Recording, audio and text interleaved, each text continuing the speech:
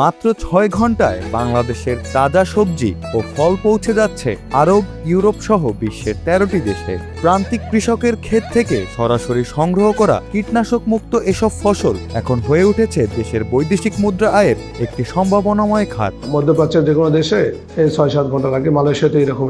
মধ্যস্বত্বভোগী ছাড়াই কৃষকের কাছ থেকে সরাসরি সংগ্রহ করায় তারা পাচ্ছেন ন্যায্য মূল্য, আর বিদেশি ভোক্তারা পাচ্ছেন নিরাপদ ও মানসম্মত খাদ্য।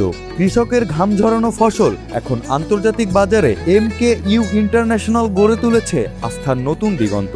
বিশেষ করে যে কান্ট্রিগুলোতে আমাদের বাঙালিরা রয়েছে সেই সমস্ত কান্ট্রিতে আমরা বেশি ডেলিভারি দিতে পারি। আমরা সাধারণত আমাদের এই কোম্পানি থেকে আমরা 13টা রাষ্ট্রে মাল পাঠাই। আমি আপনাকে বলতে গেলে প্রথমে London, Qatar, Saudi, Kuwait, Malaysia, Singapore, Bahrain. ক্ষেত থেকে পটল, কচুমুখী, হলুদ সহ বিভিন্ন মৌসুমী সবজি ও ফল নরসিংদীর প্রান্তিক কৃষকদের কাছে সংগ্রহের পর দ্রুত নিয়ে আসা হয় নির্ধারিত গোডাউনে। সময় নষ্ট না করে দ্রুত প্রক্রিয়াজাত করার দিকেই থাকে বিশেষ নজর। আমরা বাজার থেকে সংগ্রহ করি কৃষকের দেয়। কারণ বাজারের মাল ধরো ভালো না, কারণ বাজারের মাল চাপড়া চলবে না। এটা পানি মারা থাকবে, বাস মাল থাকবে, এটা ফিউড মাল একদম। গোডাউনে এনে অভিজ্ঞ কর্মীদের দক্ষ হাতে প্রতিটি সবজি ও ফল নিখুঁতভাবে পর্যবেক্ষণ করা হয়, যাতে কোনো পচা, নষ্ট বা মানহীন পণ্য বিদেশে না যায়। কারণ একটি মেয়াদোত্তীর্ণ পণ্যই নষ্ট করে দিতে পারে পুরো চালানের সুনাম এবং সৃষ্টি করতে পারে বড় ধরনের ব্যবসায়িক ঝুঁকি।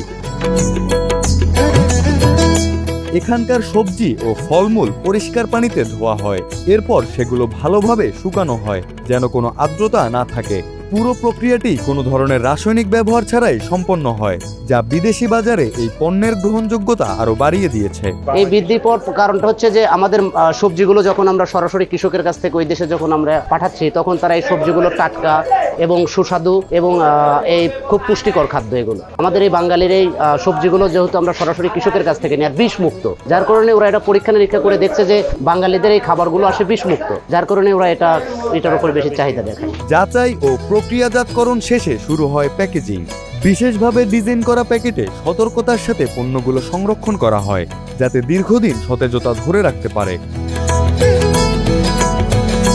প্যাকেটজাত পণ্যগুলো বিমানবন্দরে পাঠানো হয়, সেখানে কাস্টমসের আরেক দফা কঠোর পরীক্ষা নিরীক্ষা শেষে কার্গো বিমানে তোলা হয়। আর মাত্র ৬ ঘন্টার মধ্যেই এই পণ্য পৌঁছে যায় আরব দেশ সহ ইউরোপের বিভিন্ন গন্তব্যে।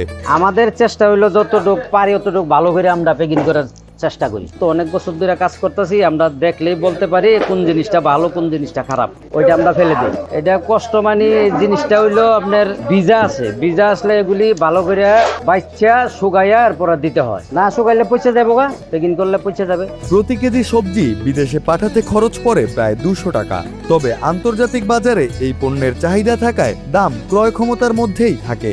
মুদ্রার মান ওঠানামা করলেও ব্যবসা ধরে রাখতে অনেক সময় কম লাভে বিক্রি করতে হয়। 1 কেজি মানে মিনিমাম 200 টাকা শুধু খরচ হয়। এখানে যা কেনা হয় তার থেকে শুধু উদ্বৃত্ত খরচ হয় 200 টাকা। এর মধ্যে বিমান ভাড়া পড়ে 150 টাকা, 160 টাকার মতো, বা 100, অনেক সময় আপ ডাউন হয়। আর অন্যান্য খরচ আছে, এখানে কার্টন আছে, সুতলি আছে, প্যাকিং বিল আছে, গাড়ি ভাড়া আছে, আদার্স কস্ট সব মিলে ওখানে খরচ 200 টাকার মতো খরচ হয় প্রতি কেজিতে। বাংলাদেশি সবজি ও ফলের স্বাদ এবং মান ভালো হওয়ায় দিন দিন এর চাহিদা বাড়ছে। প্রতিদিনই 3.5 টন থেকে সর্বোচ্চ 21 টন পর্যন্ত পণ্য রপ্তানি করা হচ্ছে। বেগুন, আলু, আম, বরই, কদবেল সহ নানা মৌসুমী ফল ও সবজি বিদেশি বাজারে ব্যাপক জনপ্রিয়তা পেয়েছে। এখানে আমাদের ন্যূনতম 3 টন 3.5 টন সর্বনিম্ন অর্ডার থাকে। আমাদের 7 টন, 12 টন, 14 টন, 21 টন পর্যন্ত আমরা অনেক সময় অর্ডার পাই। তবে এই রপ্তানি প্রক্রিয়া সহজ নয়। Trade licence, export licence, TC paper সহ 4 থেকে 5 ধরনের গুরুত্বপূর্ণ ডকুমেন্ট সংগ্রহ করতে হয়। সব নিয়ম মেনে পণ্য রপ্তানি করেই আন্তর্জাতিক বাজারে নিজেদের অবস্থান শক্ত করছে। 4 থেকে 5টা কাগজ লাগে। প্রথম আপনার এক্সপোর্ট লাইসেন্স, মেম্বারশিপ, তারপর আপনার ইয়ার আছে, তারপর আপনার পেপার লাগে একটা, পিসি যেটা বল পিসি, যে মালটা পাঠাচ্ছে একটা ডকুমেন্ট, সরকার থেকে একটা ডকুমেন্ট দেয়। কৃষকের মাঠ থেকে শুরু করে আন্তর্জাতিক বাজার, মাত্র কয়েক ঘন্টার এই যাত্রা শুধু একটি পণ্যের নয়, বরং বাংলাদেশের অর্থনীতির সম্ভাবনার গল্প। সঠিক পরিকল্পনা ও সহায়তা পেলে এই খাত হতে পারে বৈদেশিক মুদ্রা আয়ের অন্যতম বড় উৎস।